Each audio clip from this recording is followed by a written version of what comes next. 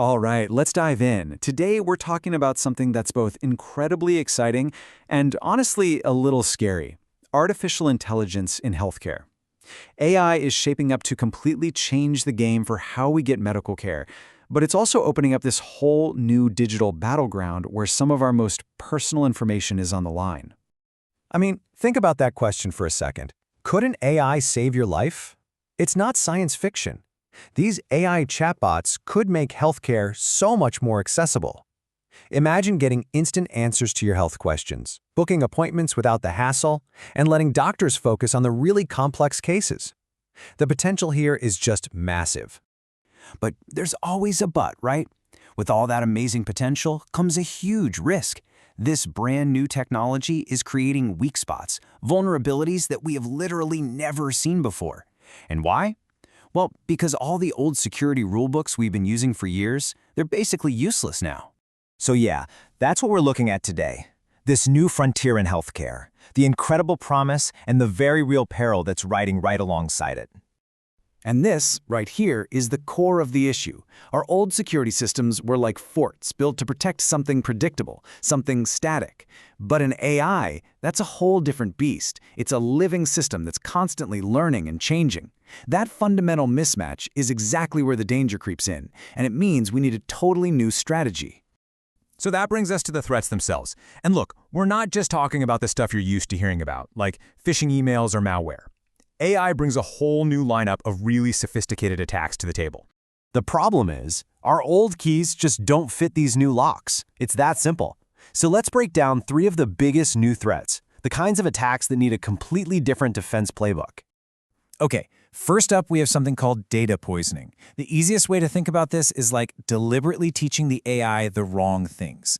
If bad actors can sneak in misleading or just plain malicious info while the AI is learning, well, that chatbot could start giving out really dangerous advice or just break down entirely.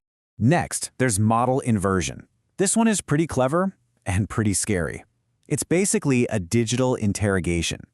An attacker asks the chatbot a bunch of seemingly innocent questions, but they're designed to trick the AI into leaking tiny pieces of the private patient data it was trained on. You ask enough questions about symptoms, locations, and demographics, and you can actually piece together a real person's medical history. And number 3, adversarial attacks. You can think of these as using magic words to fool the AI.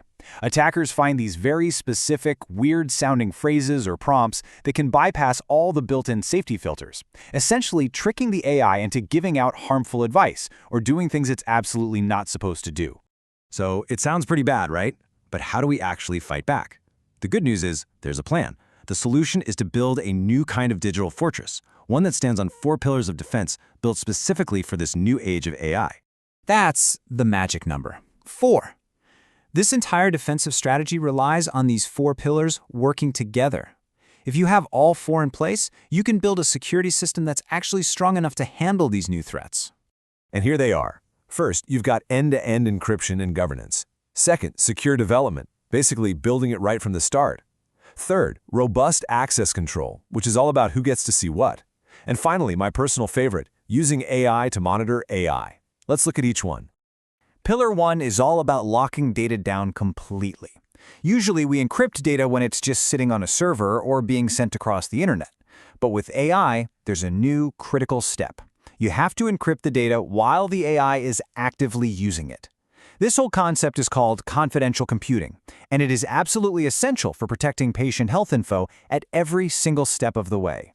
Pillar 2 is all about being proactive. You have to build security in from day one, not just tack it on at the end like an afterthought. This security by design mindset means you start with clean, trusted data, and, this is huge, you stress test the AI by hitting it with simulated attacks before it ever gets near a real patient.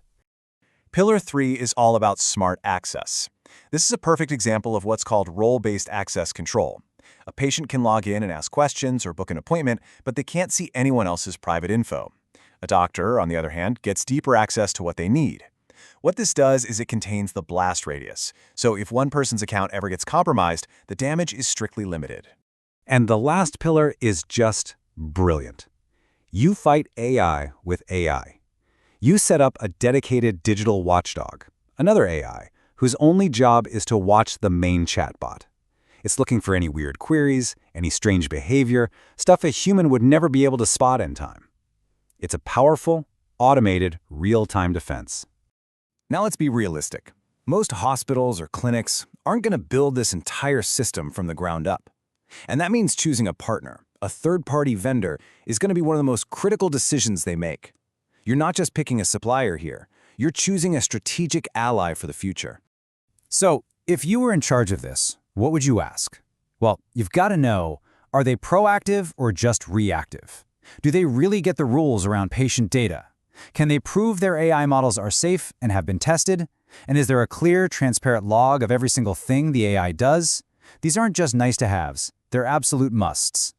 You know, when you get down to it, all of these technical details, the pillars, the protocols, the checklists, they all serve a much bigger and much more human goal.